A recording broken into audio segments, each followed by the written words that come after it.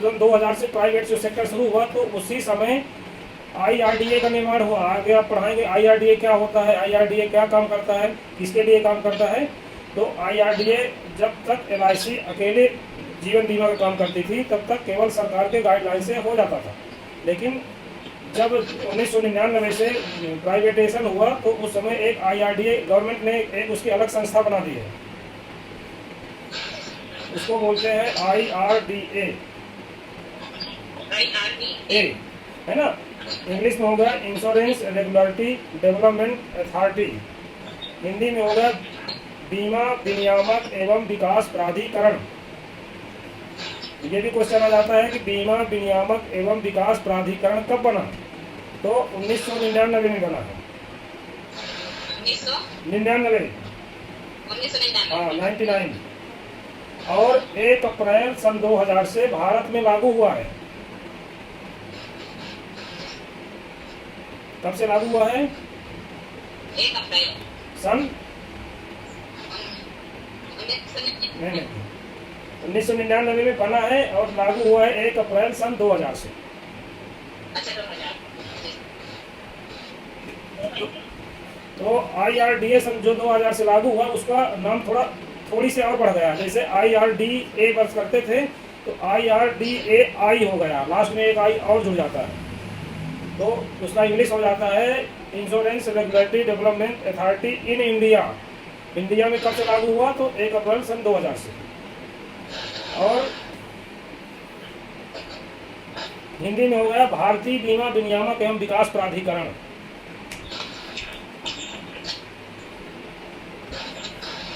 तो IRDA का नाम आ गया तो IRDA का थोड़ी चैप्टर और पढ़ा लेते हैं कि IRDA कैसे काम करता है, किसके लिए काम करता है, क्या रूल्स रेगुलेशन है।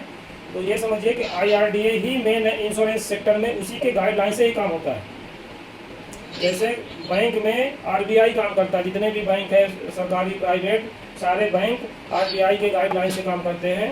उसी तरह जितने भी इंश्योरेंस कंपनियां हैं वो सारे का सारा गाइडलाइन IRDA का ही रहता है।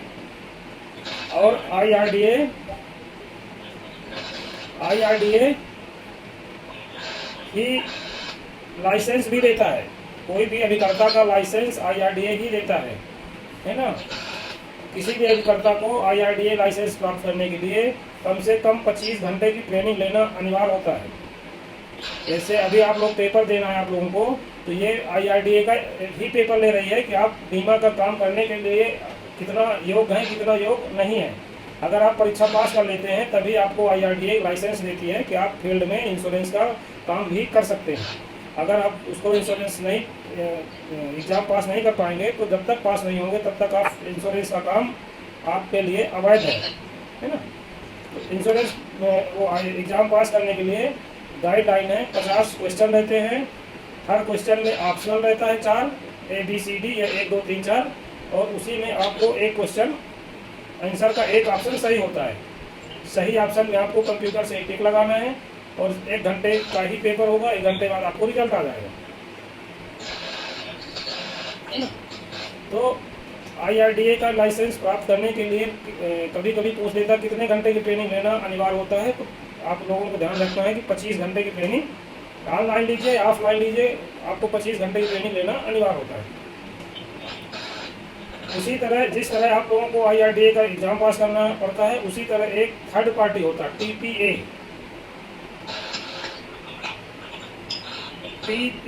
Third party administrator. तो क्या होता है कि जैसे आप किसी कस्टमर को देखते हैं कि ये बीमा करने योग्य है कि नहीं है। बीमा करने योग्य का मतलब कि जिस व्यक्ति का आपको बीमा करना है वो व्यक्ति बीमार नहीं होना चाहिए, वर्तमान में स्वस्थ होना चाहिए, है ना। अगर लेडी है तो वर्तमान में प्रेगनेंसी टाइप पर उसका बीमा नहीं होता है। अगर बीमा अपन करते भी हैं एक कंडीशन में हो भी जाता है तो उसका एक वोमेन का अलग से मेडिकल होता है, मेडिकल चेकअप जब वो फिट होगी तभी उसका बीमा स्वीकार होगा, या कि कुछ प्रीमियम अतिरिक्त लगा के भी बीमा स्वीकार कर लिया जाता है अगर ज़्यादा उसमें क्रिटिकल नहीं हुआ तो। इसी तरह डिलीवरी के 90 दिन बाद ही उसका बीमा अपन कर सकते हैं। ऐसे नहीं है कि डिलीवरी हो ही 10 दिन बाद हम उसका इंश्योरेंस कर दें। किसी भी लेडी को प्रेगनेंसी के 90 दिन के बाद से लेकर के डिलीवरी के 90 दिन के बाद ही उसका बीमा कर सकते हैं। ये वोमेन क्लाज होते हैं कुछ, तो ये सारी चीज़ फर्स्ट अंडर राइटर करता है।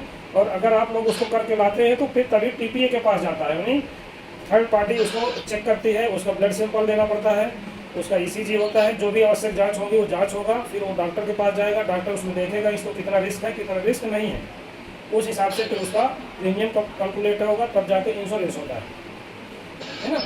तो आपको किसी भी व्यक्ति के बीमा योग्य हित है तभी उसका इंश्योरेंस होगा।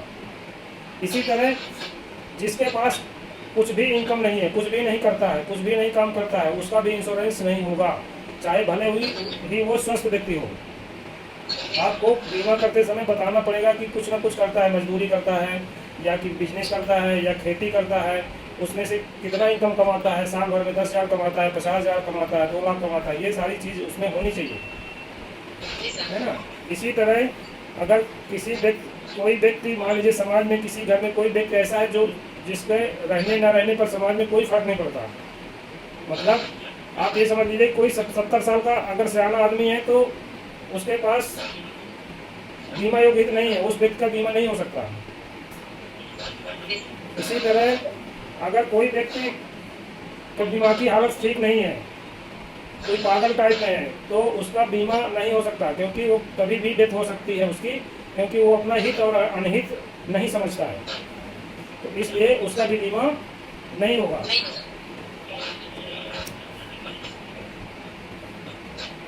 है ना। तो IRDA के रूल्स है कि कैसे किस व्यक्ति को बीमा करना है, किसको नहीं करना है। इसी की ट्रेनिंग एजेंट को लेना पड़ता है, इसके बाद एग्जाम पास करके उसको ये सिद्ध करना पड़ता है कि इंश्योरेंस के बारे में कुछ ना कुछ नॉलेज रखते हैं।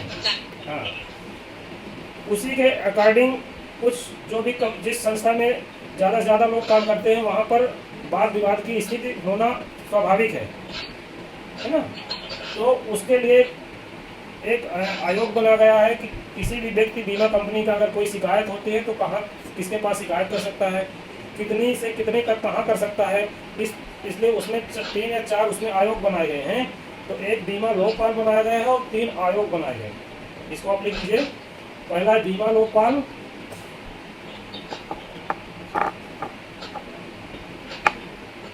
और फिर इसके 3 आयोग हैं, एक जिला आयोग, एक राज्य आयोग, एक राष्ट्रीय आयोग, राष्ट्र आयोग।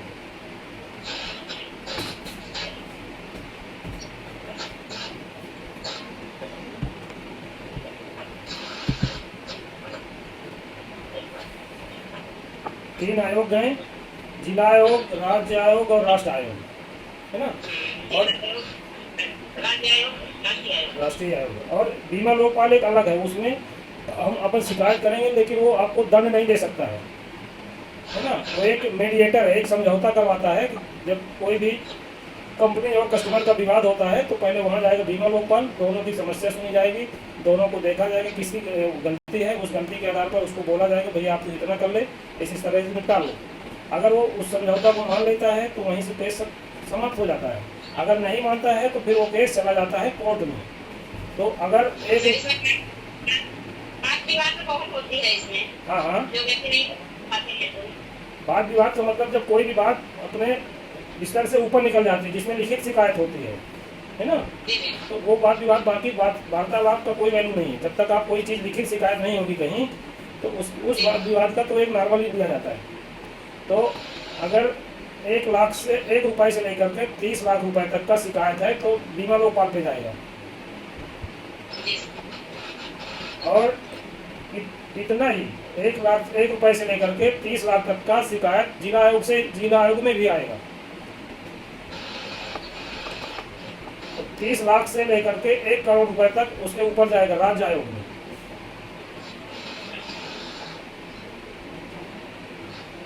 और 1 करोड़ से ऊपर जो भी विवाद की स्थिति में पैदा होगा वो सब जाएगा राष्ट्रीय आयोग में।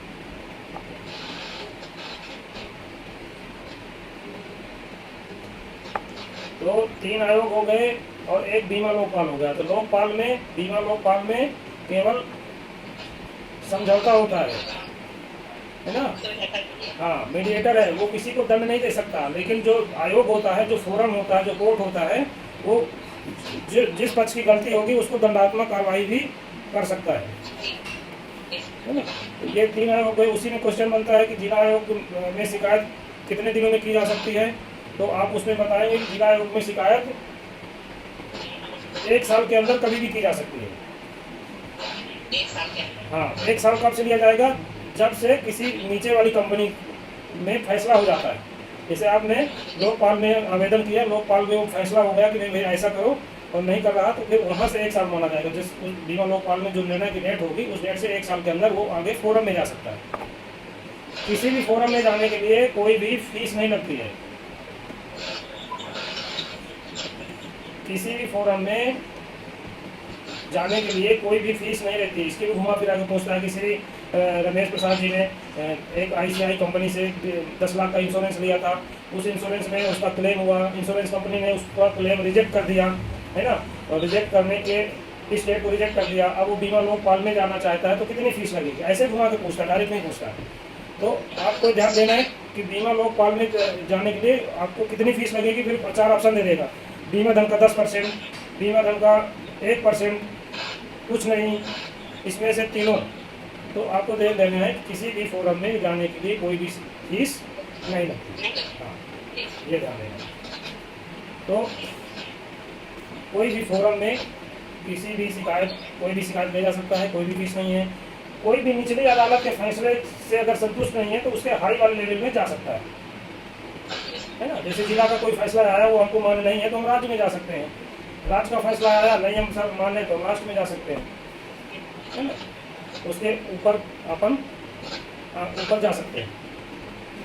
तो IRDA से रिलेटेड ये अभी 7-8 क्वेश्चन हम आपको बताएं। इसी में से कम 20 से 25 क्वेश्चन बनते हैं। एक क्वेश्चन IRDA से जरूर आएगा। कुछ कैसे क्वेश्चन आते हैं, अभी एक PDF भेजेंगे उसमें, तो आप उसको एक बार देख लीजिएगा। और IRDA के जो क्वेश्चन है उस PDF में 100 के ऊपर है, 100 105 से लगभग 120 तक IRDA के क्वेश्चन है वहाँ पर। कितने क्वेश्चन रहेगा, कितने क्वेश्चन के पेपर रहेंगे? 50 क्वेश्चन के पेपर रहेंगे और अपने को 17 नंबर लाना है। कोई भी माइनस मार्किंग नहीं है ना, कोई भी माइनस मार्किंग नहीं है। 50 नंबर के क्वेश्चन है, इत्मीनान से आप करेंगे। तो अभी 4 लोग पेपर दिए, जिसमें से सभी लोग 19-22, आज के दोनों सेट में 2 लोगों ने 23-23 पाया है ना। पर उनका जो कहना है कि डायरेक्ट सर आप जो पढ़ाते हैं उसमें से डायरेक्ट एक भी नहीं आता, लेकिन वही उसी क्वेश्चनों को घुमा फिरा के आता वही है ना। तो अपन कुछ, जैसे आपको इंश्योरेंस के बारे में नॉलेज हो गया कि बीमा क्या है, बीमा कितने प्रकार के होते हैं, जनरल इंश्योरेंस, लाइफ इंश्योरेंस, है ना। उसमें जनरल इंश्योरेंस में मेच्योरिटी नहीं होती है, केवल सुरक्षा होती है। तो अगर क्वेश्चन घुमा फिरा के आता तो अपने को इतना आइडिया होता है कि ये हो सकता है, जनरल इंश्योरेंस है कि लाइफ इंश्योरेंस। अब सेकंड चैप्टर चलते हैं। कोई भी इंश्योरेंस करने के लिए उसको क्या क्या रिकॉर्ड चाहिए, वो रिकॉर्ड कौन कौन से रिकॉर्ड हो सकते हैं। तो किसी भी व्यक्ति को LIC लेना है तो उसके लिए सबसे पहले एज प्रूफ होना अनिवार्य है। सबसे पहले उसका वो कितने साल का व्यक्ति है ये प्रूफ करना उसके लिए बहुत ही अनिवार्य है। एज प्रूफ, है ना।